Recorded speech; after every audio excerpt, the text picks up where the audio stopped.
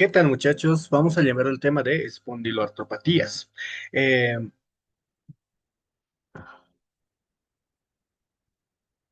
bueno, en relación a las espondiloartropatías, vamos a hacer la definición.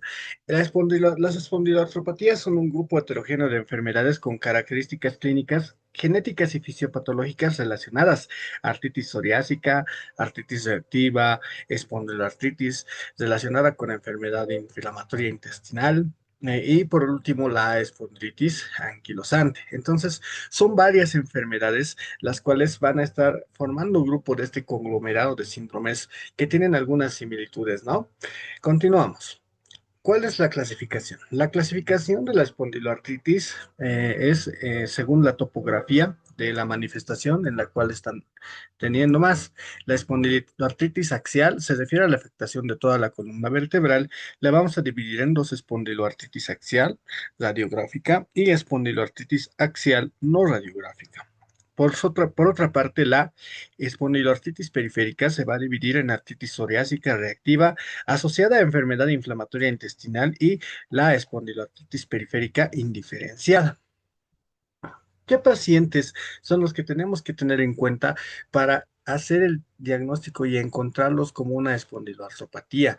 Entonces, normalmente este tipo de pacientes tienen algunos síntomas característicos. Es así que desde los años 80, prácticamente 90, se han empezado a hacer los criterios para diagnosticar este tipo de pacientes y poder incluirlos, dado el riesgo que tienen estas patologías de presentar deformidades que son permanentes y muchas consecuencias funcionales. Los primeros criterios que han salido son los criterios de Nueva York, que requieren una evidencia principal de sacroileitis a la radiografía y un criterio clínico. En los criterios clínicos principales en Nueva York, en el criterio de Nueva York, tenemos la lumbalgia inflamatoria, más de 3 meses de duración, mejora con el ejercicio y no mejora con el reposo, la limitación de la movilidad lumbar en plano sagital y frontal, expansión torácica disminuida respecto a los valores normales para la edad y sexo. Después vinieron los criterios de amor y han encontrado que este tipo de pacientes también se asociaban a otros síntomas como lumbalgia inflamatoria, que hayamos hablado de la misma, la artritis como tal, inflamación articular. Normalmente este tipo de pacientes tienen una forma de oligo o poliartritis asimétrica.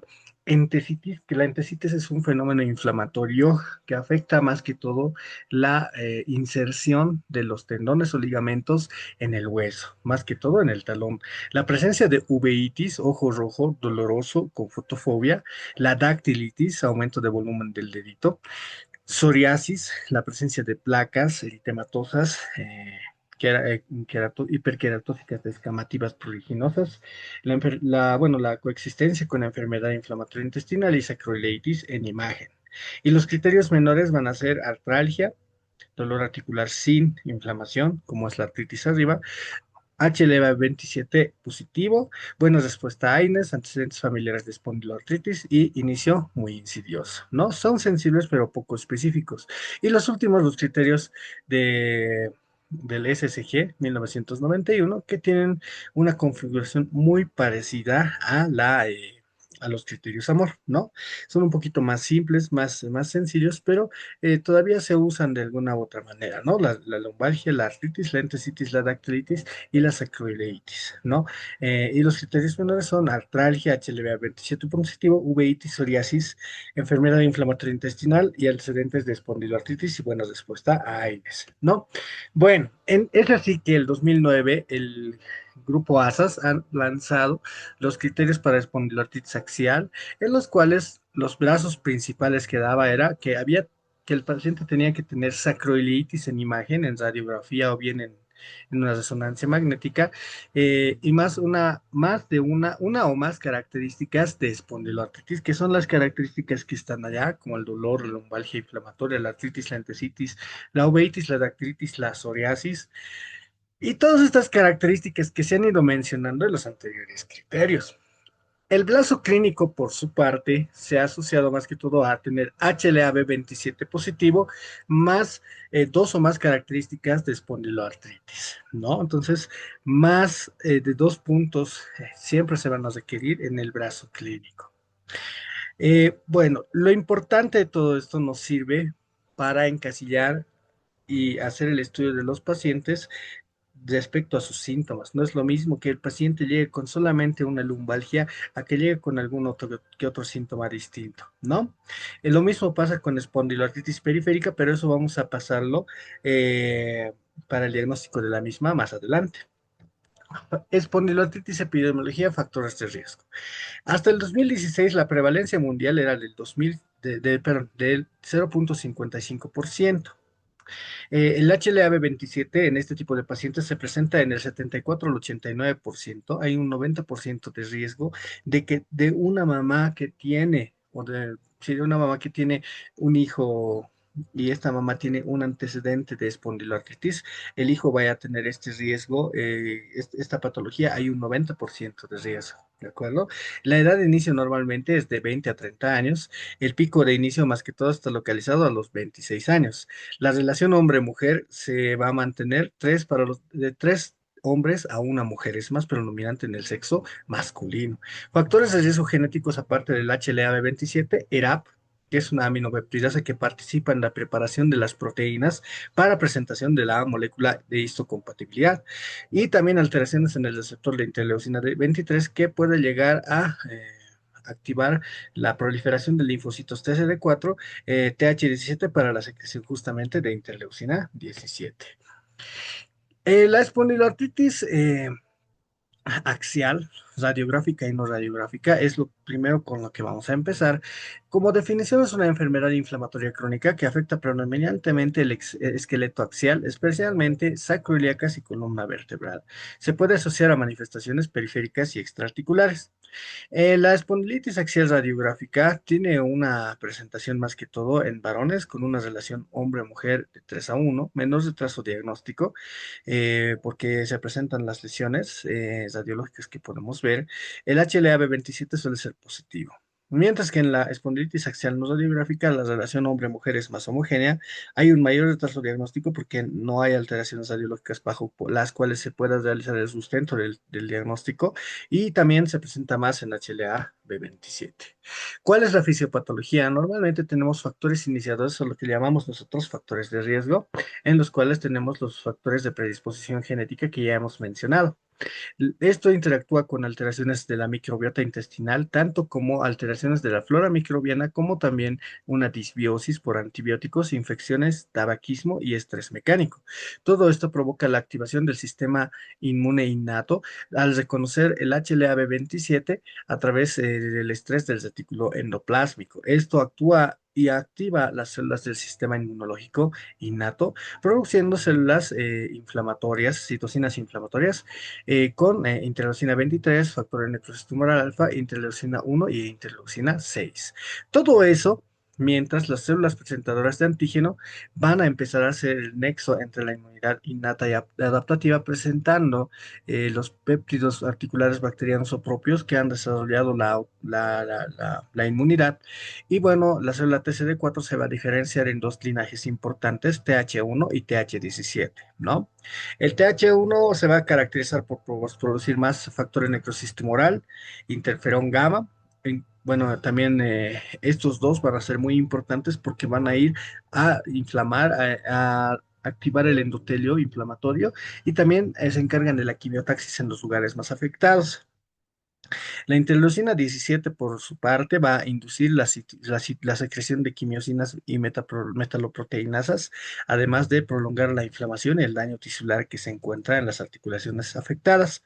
Por su parte, la interleucina 23 se va a encargar como un retroalimentador positivo de la liberación de interleucina 17, y lo que va a provocar que vaya a ser sostenida la elevación de la misma citocina en el suero de estos pacientes.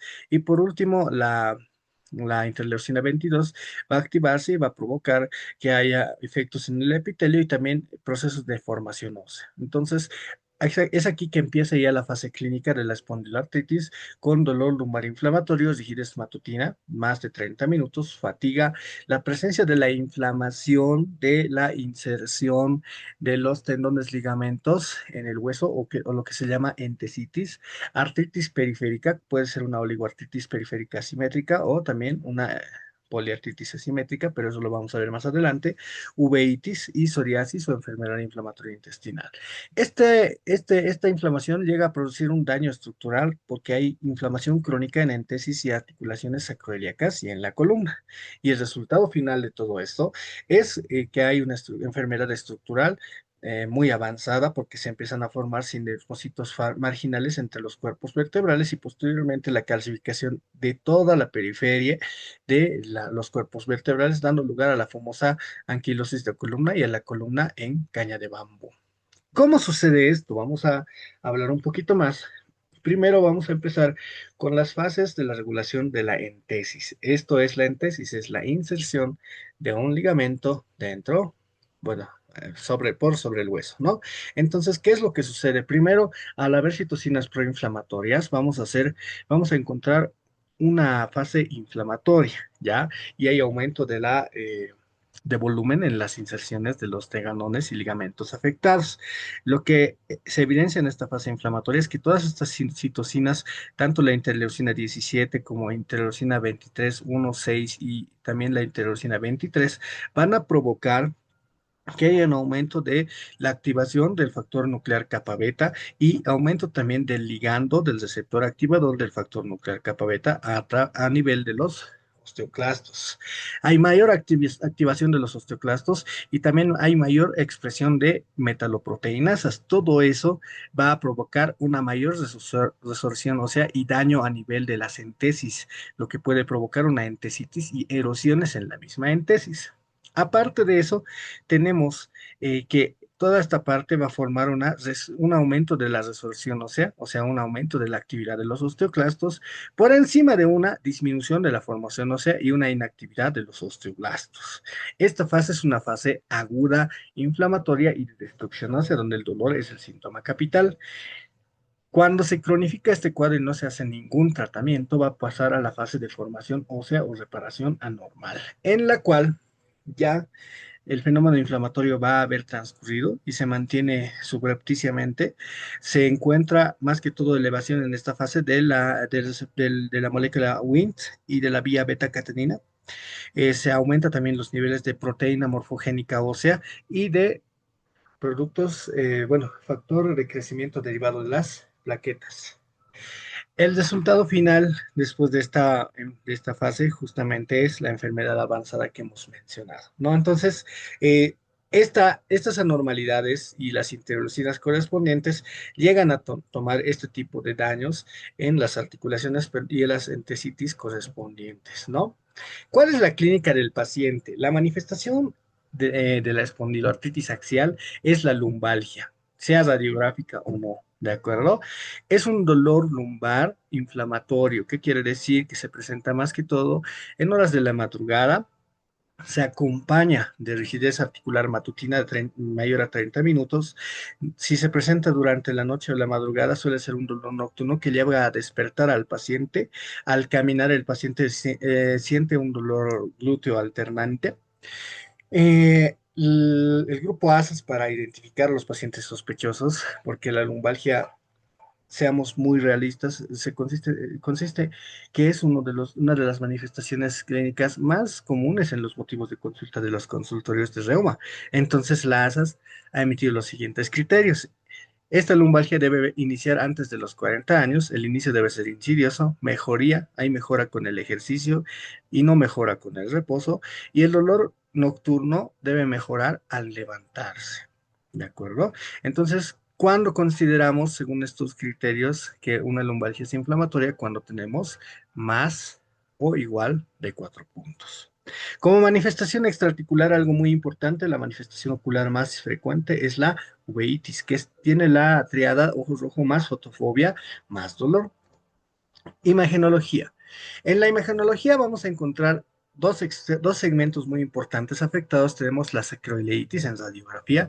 A la derecha les he puesto acá una imagen con las articulaciones sacroiliacas totalmente sanas. En esta imagen lo que podemos ver, ahorita voy a ponerme el punterito.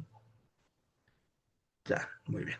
Lo que podemos ver son que los bordes articulares de las articulaciones sacroiliacas, tanto de parte del hueso sacro como del ilíaco, están prácticamente normales, los bordes son definidos, el espacio articular es normal, no hay asentaciones, esclerosis subcondral, ni nada por el estilo, ¿no? Es muy diferente de estas radiografías en las cuales vamos a ver algunas lesiones interesantes. Número uno, hay cierto grado de esclerosis subcondral que se empieza a manifestar. Segundo, la superficie articular tiene un borde como festoneado, un poco irregular, es la presencia de las erosiones, ¿de acuerdo? Erosiones que se pueden presentar. Tercero, puede haber un aumento, un pseudo aumento del espacio articular que corresponde más que todo al edema y la inflamación de las articulaciones sacroiliacas. Y por último, ya y en estados muy tardíos, hay un borramiento de la articulación sacroiliaca, aquí ya no se nota, y aquí hay una prácticamente sacro, y el sacro y el ilíaco han constituido un solo hueso. Este daño radiológico tarda de 2 a 10 años en instaurarse y bueno, hasta que pasa el daño radiológico, pues tenemos esa inquietante de no saber qué es lo que tiene el paciente. Es por eso que la radiografía, si bien es muy específica cuando se encuentra, es poco sensible al principio y para eso pues se han inventado algunos otros modos con el OMERAC de encontrar la sacroiliitis. Pero antes de pasar a la resonancia magnética, vamos a pasar a a la parte de vamos a pasar a la parte de la resonancia magnética.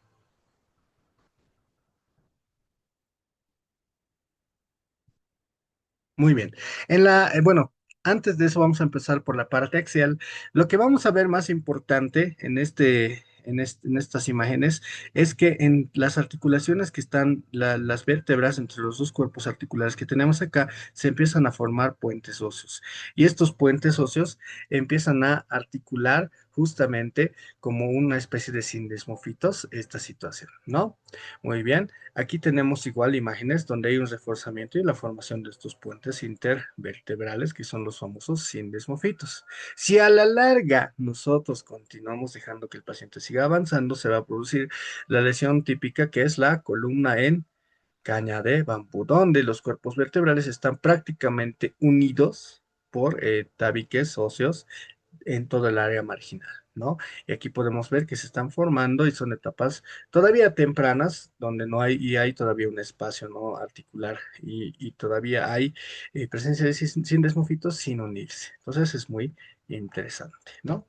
Muy bien, vamos a empezar por la resonancia magnética, que es otro otro de los hallazgos más importantes que podemos ver en la resonancia magnética, lo que vamos a ver es justamente estas son las articulaciones sacroiliacas. ¿Para qué nos sirve la resonancia magnética?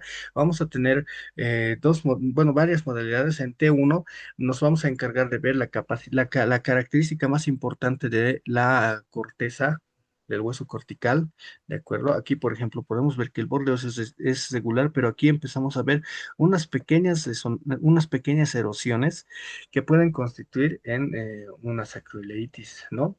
En el modo eh, que excluye la grasa, ¿de acuerdo? Eh, en este modo vamos a encontrar, más que todo nos va a servir para ver la inflamación subcondral que tiene el hueso. En la STIR, la secuencia STIR, vamos a ver el edema óseo producto de la sacroiliitis, que no se va a ver en otros modos que vemos. Y eso se va a ver justamente, miren, tanto en proyecciones coronales como axiales, como es el edema óseo. Estos son hallazgos tempranos y nos sirven mucho. Entonces, muy importante, ¿no? El hallazgo cardinal va a ser el edema de médula ósea u subcondral, como lo que es lo que estamos encontrando en este lugar, la osteitis activa, de acuerdo, que es lo que estamos viendo acá, la presencia de erosiones que hemos visto acá, la presencia de sinovitis y de desame articular que puede verse en algunos lugares, y la capsulitis y la entesitis, ¿no? Que sirven para el diagnóstico imagenológico, para la sospecha y encontrar, documentar más que nada la evidencia de una sacroileitis que estuviera cursando el paciente. ¿Cuáles son los laboratorios que vamos a ver? Si bien durante los últimos años se ha intentado mucho encontrar marcadores que sean un poquito mejores que el HLA-B27, como la PCR ultrasensible o la calprotectina. Aún se encuentran en el estudio y no han demostrado ser mejores que el HLA-B27. También necesitamos que nuestro paciente tenga anticuerpos antinucleares negativos, factor reumatoide negativo y el anti-CCP también negativo. Aunque pueden haber algunos casos donde el anti-CCP te puede dar un pequeño positivo, pero son mínimos muy infrecuentes y no se los suele tomar como el estándar. El hemograma nos va a servir para ver normalmente si hay alguna citopenia acompañando, ¿de acuerdo? A veces se relaciona mucho con anemia. La velocidad de eritrosedimentación y PCR nos pueden dar indicios de la actividad de la enfermedad. Y bueno, como habíamos dicho, ¿no? Estos son nuevos indicadores que se están intentando evidenciar, la PCR ultrasensible y la calprotectina. Entonces, después de muchos años de haber sido lanzado como uno de los factores laboratoriales de diagnóstico, pues el HLA-B27 todavía sigue siendo uno de los criterios de diagnóstico laboratorial más importante, puesto que alrededor del 90%, si no es más, pueden ir presentando esta positividad, ¿no? Siguiente. Entonces, vamos a poner los criterios para espondiloartritis axial, ya los habíamos visto anteriormente. Hay una actualización del 2022, si no me equivoco, perdón, del 2025, con ASAS Spartan para la espondiloartritis axial, ¿no? Entonces, los dos son similares, solamente es una revisión. El requisito de entrada siempre va a ser el dolor lumbar de más de 3 meses, con inicio antes de los 45 años. Los dominios clave van a ser la sacroileitis en resonancia magnética o radiográfica, ¿de acuerdo? El HLA-B27 positivo, lumbalgia inflamatoria. Hay inflamación objetiva, o sea, PCR elevada, descartando alguna otra causa que pueda elevar este reactante de fase aguda, uveitis, entesitis, psoriasis o el antecedente familiar de espondiloartritis. ¿Cuál es el mínimo total para la clasificación como una espondiloartritis axial? 6 puntos. De 6 puntos para más es muy importante.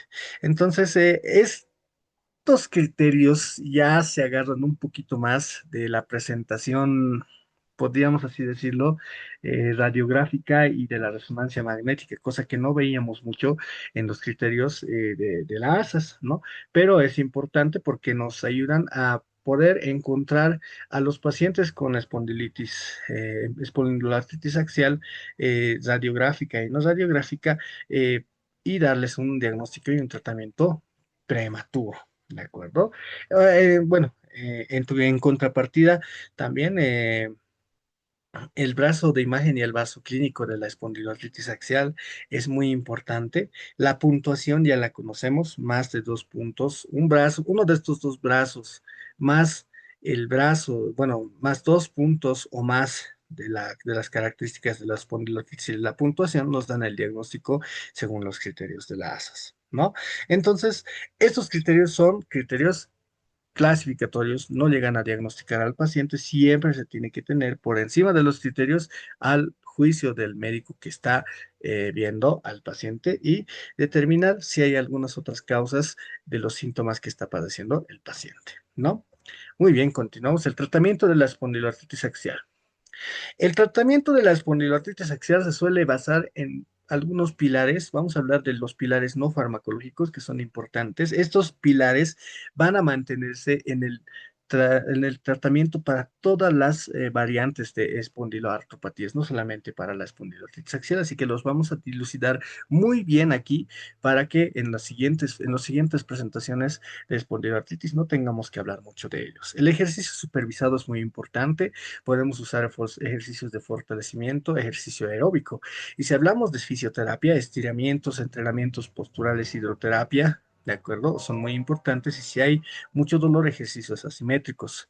La suspensión del tabaco es uno de los factores más importantes. Si el paciente consume cigarrillo, pues tiene que dejarlo, porque disminuye la progresión radiográfica y disminuye la progresión y la aparición de signos mofitos. Incluso puede inducir la disminución de respuesta a los anti-TNFs, el tabaco. Entonces, es muy importante que el paciente me deje el tabaco para que no tenga alteraciones radiológicas ni signos mofitos y tenga adecuada tolerancia y respuesta a los anti-TNFs. El control del peso igual es muy importante y esto se va a relacionar mucho en un paciente con obesidad y espondilitis anquilosante o espondiloartritis axial radiográfica o no radiográfica, como se lo conoce actualmente. Eh, un control de peso malo va a provocar menor actividad, perdón, un control de peso que sea bueno va a provocar menor actividad clínica, evita la mala respuesta terapéutica y bueno, a la larga evita que este paciente quede en discapacidad. También tenemos que hablar de la educación del paciente y en eso vamos a repasar los conceptos de adherencia terapéutica. El paciente tiene que consumir su medicación y hacerlo demasiado bien. El reconocimiento precoz de los grados de actividad, actividades de autocuidado y el paciente tiene que tener participación en las decisiones acerca de su tratamiento. ¿De acuerdo? Muy bien, pasamos al tratamiento farmacológico de la espondiloartritis axial. La primera línea del tratamiento es sintomático y vamos a usar antiinflamatorios no esteroideos. Se prefieren en algún momento los inhibidores de la COX-2 por la ausencia de efectos o la disminución de los efectos gastrointestinales y renales. Entonces vamos a tener naproxeno de 500 cada 12 horas, celecoxib 200 vía oral cada 12 horas, diclofenaco 50 cada 8, etoricoxib 90 cada 24 y indometacina 25 a 50 cada 8 horas. La recomendación, tenemos que dar una AINE a la vez, no podemos dar dos AINEs al mismo tiempo. Podemos dar cursos cortos de 4 a 12 semanas, dependiendo de la tolerancia del paciente a los efectos de la medicación, y ver qué está pasando, ¿no? Yo recomiendo mucho el empezar con un AINE que sea coxo selectivo para evitar mucho los efectos gastrointestinales, ¿no? Aunque si no hay una capacidad de conseguir estos AINEs, pues podemos hacer los otros, ¿no? Bajando la dosis de manera constante, ¿no? Podemos usar, hacer un recalamiento de la dosis de los antiinflamatorios, porque si no también nos van a provocar manifestaciones a nivel renal y gastrointestinal, ¿no? ¿Cuál es el objetivo? Disminuir el dolor, obviamente, mejorar la movilidad y la calidad de vida. ¿Qué es lo que tenemos que tener como precaución? El riesgo gastrointestinal, cardiovascular y renal. Usar una menor dosis efectiva, ¿no? Si la indometacina yo puedo usar 25 a 50 cada 8, entonces, ¿qué tal si uso 25 cada 12 y ver cómo está respondiendo? Porque a veces los pacientes son reactivos a bajas dosis de antiinflamatorios no esteroideos. Eso en función de proteger el estómago y los riñoncitos, ¿no? Bueno, sí.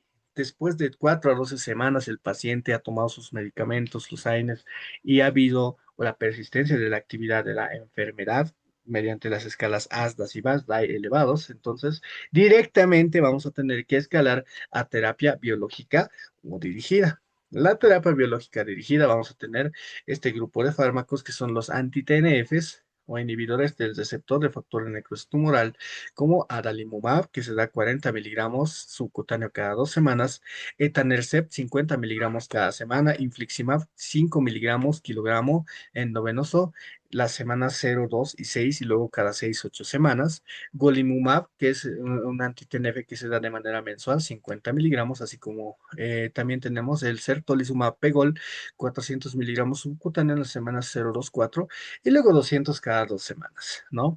Entonces, ¿cuáles son las consideraciones para el uso de anti-TNFs? Hay que hacer el tamizaje de tuberculosis y hepatitis B antes de iniciar, porque vamos a inhibir la acción del factor de necrosis tumoral que suele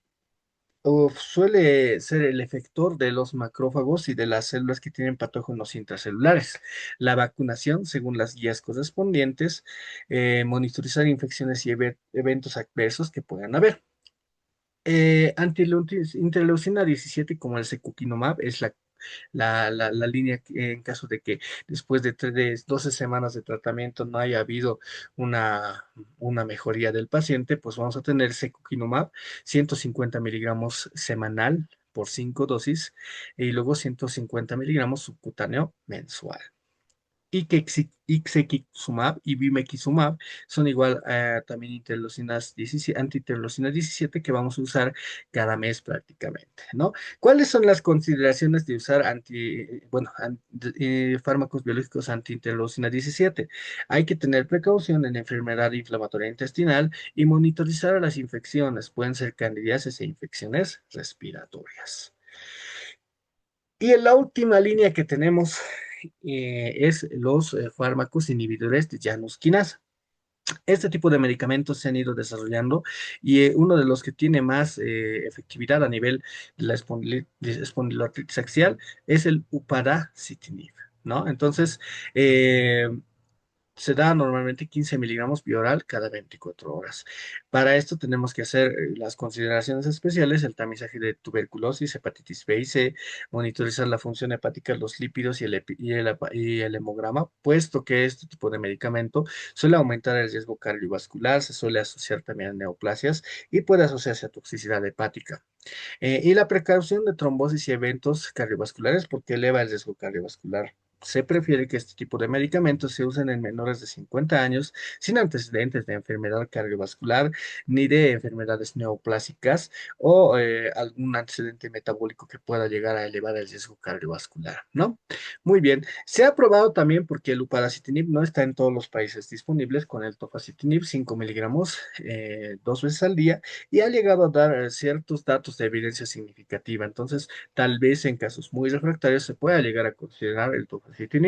El baricitinib, lamentablemente, que es uno de los hermanos de estos medicamentos, no cuenta con la evidencia descrita en la espondilitis anquilosante axial.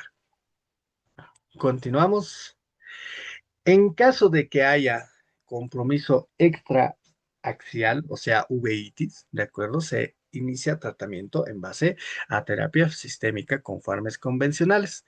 Podemos empezar con metotrexato, 15 a 25 miligramos semanas, vía oral o subcutáneo. Es la primera opción. Ahorra los corticoides, disminuye las recurrencias. Podemos usar en segunda línea, tercera línea, pues sulfasalazina, azatioprina, micofenodato o leflunomida. Si es que después de un periodo de 3 meses de tratamiento hay un agravamiento o no está funcionando y hay una recurrencia de los síntomas, pues vamos a tener que pasar, como en el compromiso axial, a los famosos anti-TNFs, ¿no? Entonces, en primer lugar, tenemos el adalimumab, ¿de acuerdo? El infliximab y el golimumab. El adalimumab, como hemos hablado anteriormente, es 40 miligramos cada 2 semanas, el infliximab 5 miligramos kilogramo, las semanas 0, 2, 6 y luego cada 6 y 8 semanas. Y el golimumab, prácticamente 50 miligramos cada 4 semanas, ¿no? El etanercept no se usa mucho porque no tiene tanta eficacia en evidencia en tratamiento de la uveitis. Entonces, si es que incluso después de esto tenemos un problema y estamos con esa situación de que sigue refractaria y activa la uveitis, podemos usar anti-interleucina 17 como el secukinumab, el ixekizumab o bien antileucina 12-23, como es el ustekinumab, ¿no? Estos tratamientos solo se usan en uveitis que son muy refractarias. También podemos usar inhibidores de JAK como tofacitinib, upadacitinib o baricitinib, dependiendo de la situación. Y si no, pues vamos a tener que usar una terapia combinada. ¿Qué quiere decir? Un anti-TNF más un metotrexato o azatioprina, ¿no? ¿Eso para qué? Para uveitis muy refractarias que no están teniendo adecuado control y necesitamos hacer el tratamiento para disminuir los síntomas, ¿no?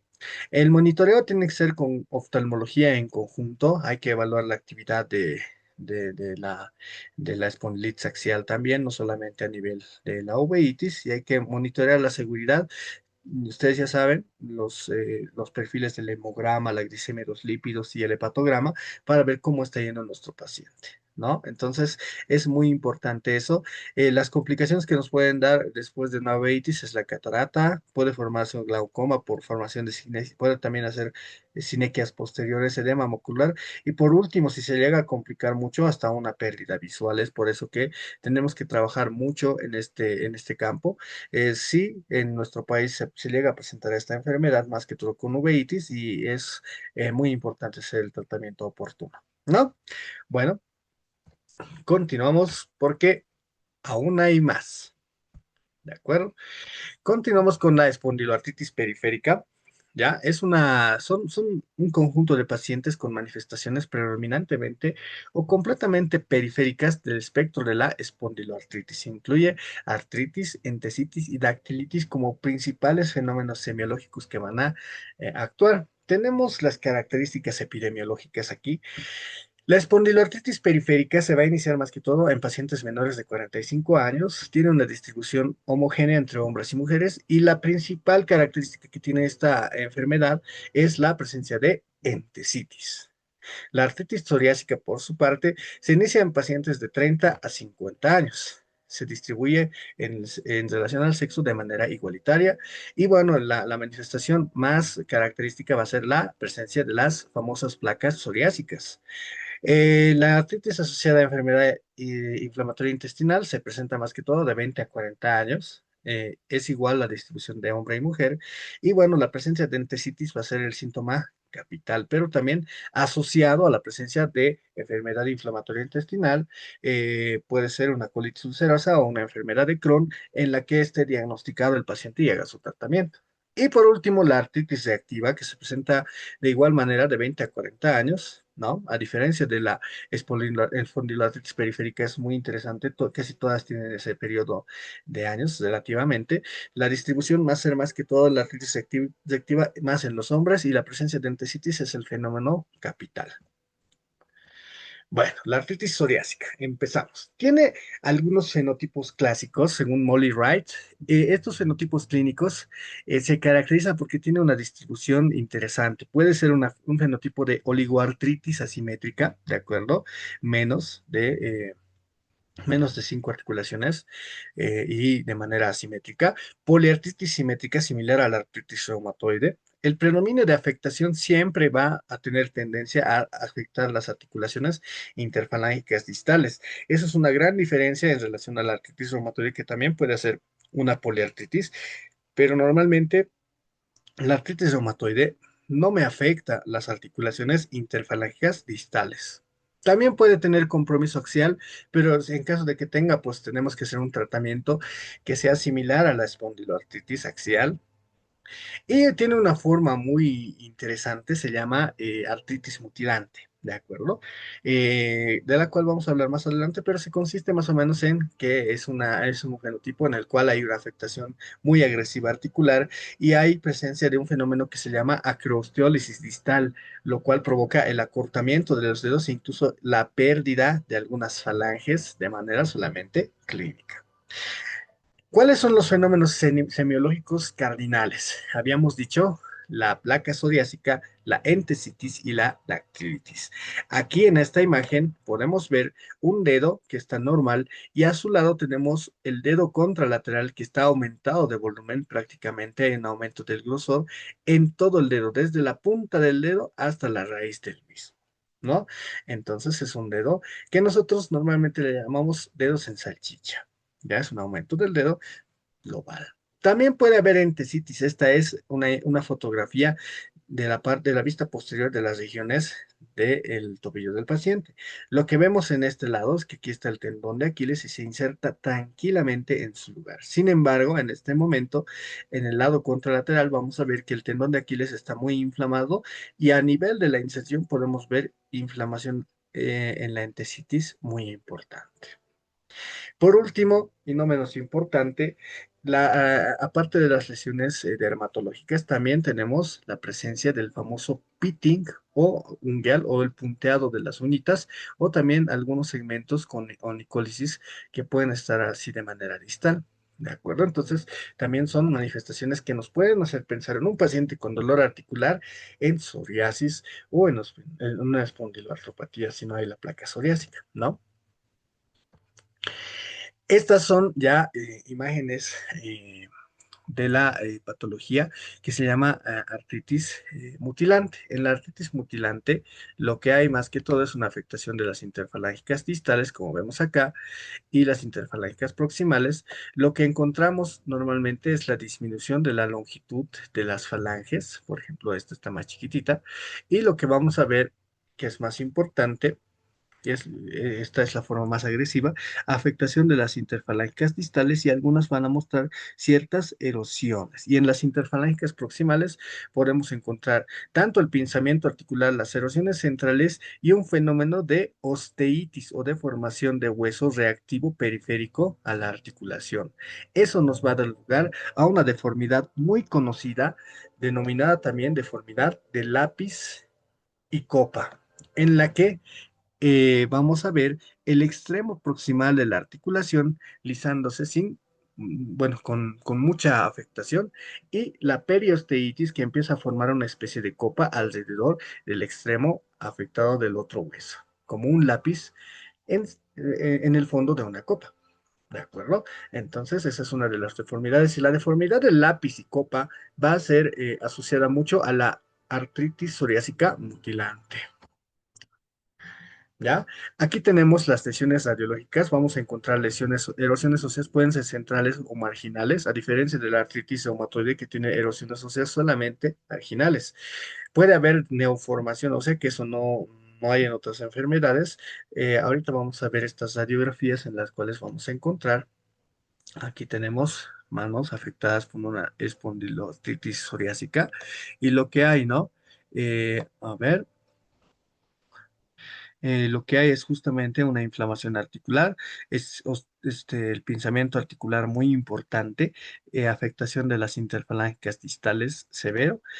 A nivel de estos piecitos, lo que vamos a ver es que, miren, esta es la falange distal, pero miren a este nivel, hay solamente el extremo articular de la falange distal. Y este es un paciente con artritis mutilante.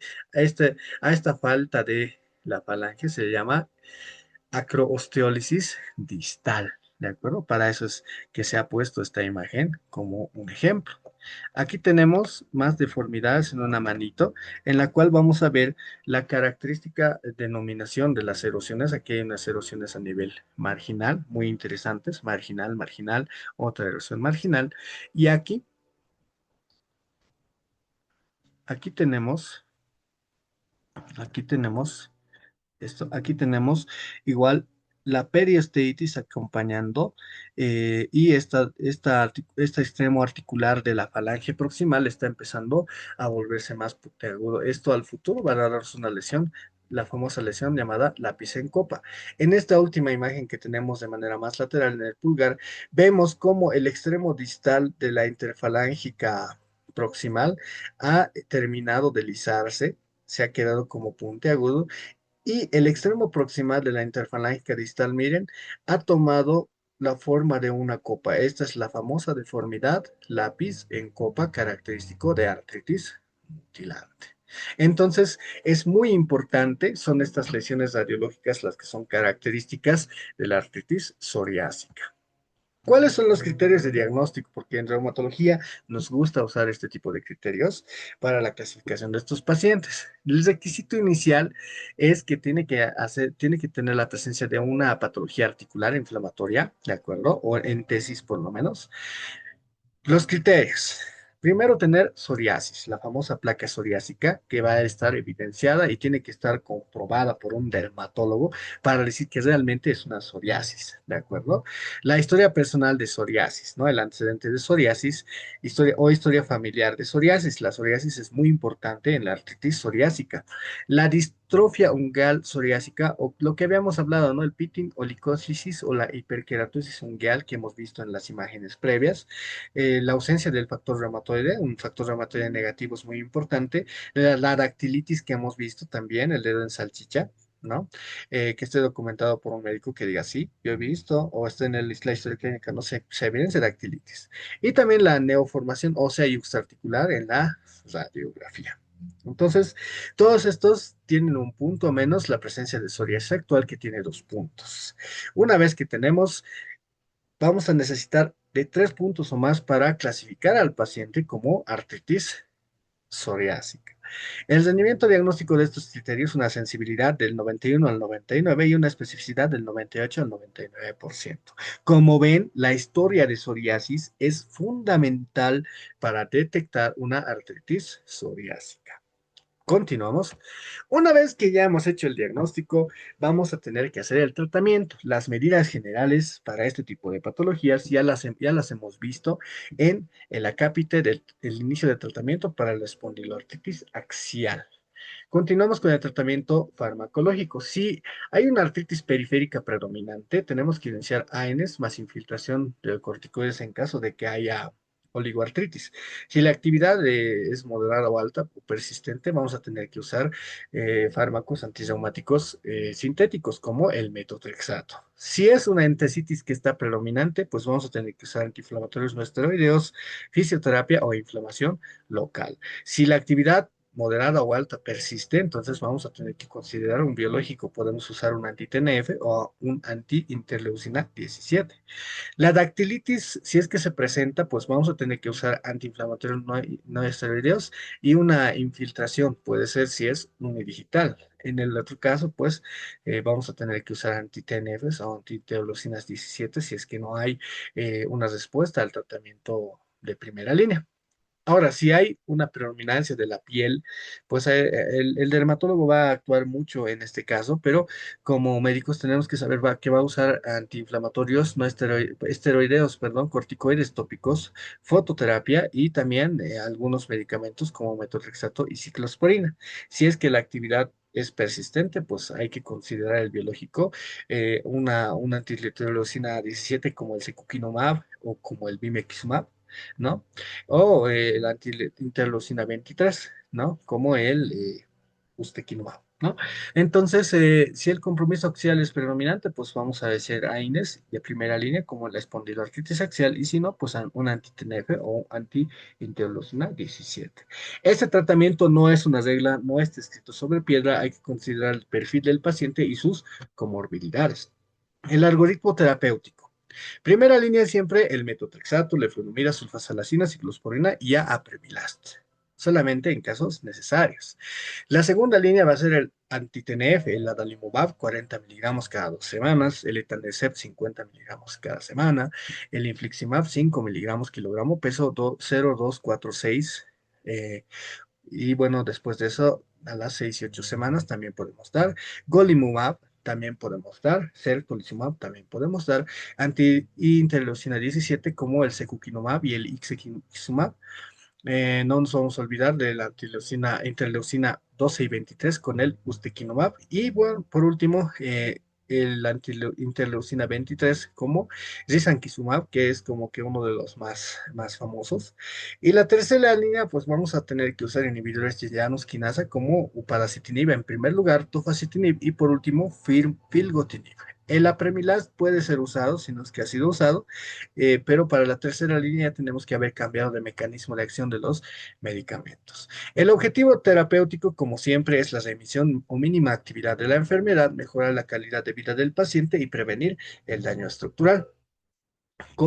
Bueno, continuamos con la espondiloartritis, perdón, periférica no diferenciada. Ya, las manifestaciones más importantes de la espondiloartritis periférica no diferenciada son la artritis periférica. Suele ser normalmente una oligoartritis asimétrica predominante. La localización típica está en las rodillas, tobillos y pies. Tiende a afectar más que todo el miembro inferior. La característica principal es la entesitis, más que todo en el tendón de Aquiles y en la fascia plantar. Se encuentra el dedo en salchicha o dactilitis igual en este lugar, en esta enfermedad muy frecuente, como podemos ver aquí, este dedo está inflamado, mientras que estos dos no. Estos dos dedos tienen dactilitis y se ve muy interesante, ¿no? Dolor inflamatorio de predominio periférico. Puede haber compromiso axial, pero ya le hemos indicado, ¿no? Que no suele ser la regla, aunque si hay compromiso tanto axial, puede también acompañarse de un compromiso periférico, ¿no? No es que son excluyentes. Y el curso clínico es heterogéneo, puede ser episódico o puede ser homogéneo y crónico. Entonces hay que ver, ¿no? La espondiloartritis periférica tiene unas lesiones radiológicas que son parecidas en realidad a muchas otras patologías. Por ejemplo, hay lesiones óseas periféricas en miembros inferiores. Puede haber neoformación ósea a nivel de las entesitis. Normalmente, aquí está, por ejemplo, el calcáneo, el sitio de inserción del tendón de Aquiles, y podemos ver una calcificación de la entesis. Aquí podemos ver una pequeña calcificación, no está muy manifiesta, esto es un estado tardío, pero esto es un estado ya no muy avanzado, por así decirlo, ¿no? Y la periostitis periférica que se da en las inflamaciones, por ejemplo, aquí tenemos una articulación interfalángica distal de Doariux, en la cual, pues, lo que encontramos es que hay una esclerosis subcondral muy importante, hay un pinzamiento muy importante, pero lo más importante es que esta articulación que está siendo afectada, esta interfalángica distal, está empezando a producir hueso que está empezando a englobarme el extremo distal de la falange, ¿no? Entonces es muy importante, es una reacción como una periostitis, ¿no? Entonces son cosas que tenemos que fijarnos en este tipo de pacientes. Los criterios, más criterios. Vamos a usar los criterios ASAS del 2011. ¿Cuáles son los brazos importantes? Tiene que haber bien artritis de predominio en miembros inferiores, entesitis, que ya hemos hablado mucho de la entesitis, y la dactilitis. Más una o más características de espondiloartritis. Puede haber psoriasis, enfermedad inflamatoria intestinal, uretritis o cervicitis, antecedentes familiares de espondiloartritis, HLA-B27 positivo, sacroileitis en imagen o también la imagen radiográfica que nosotros vayamos a ver a nivel periférico, artritis, dactilitis o entesitis. Entonces, si bien esto parece muy repetitivo, es para que ustedes también entiendan que estos fenómenos, tanto semiológicos, laboratoriales y radiológicos, tienen que acompañar a estos pacientes porque sí, son raros los pacientes aquí en nuestro medio con espondiloartritis, pero no son menos importantes que cualquier otro paciente. ¿De acuerdo? Más de 2 puntos, mayor o igual a 2 puntos para el diagnóstico de una espondiloartritis periférica. ¿Cuál es el tratamiento? Muy bien, vamos a empezar. Nuevamente, las medidas generales están dichas en la cápita de espondiloartritis axial. Después de esas medidas generales, pues tenemos artritis periférica, los AINES como primera línea, y si es una oligoartritis o una monoartritis, pues vamos a usar corticoides intraarticulares locales. Podemos usar en la entesitis AINES, rehabilitación oral y infiltración local si es necesario. Posteriormente vamos a usar dactilitis. Bueno, en la dactilitis podemos usar AINES, tratamiento local, o si no, terapia sistémica si es que está persistiendo, ¿no? El dolor inflamatorio va a necesitar de AINES, educación y ejercicio. Si la artritis periférica persiste a pesar de los AINES, vamos a usar fármacos antirreumáticos sintéticos convencionales, como cuáles el metotrexato, 15 a 25 miligramos semanal.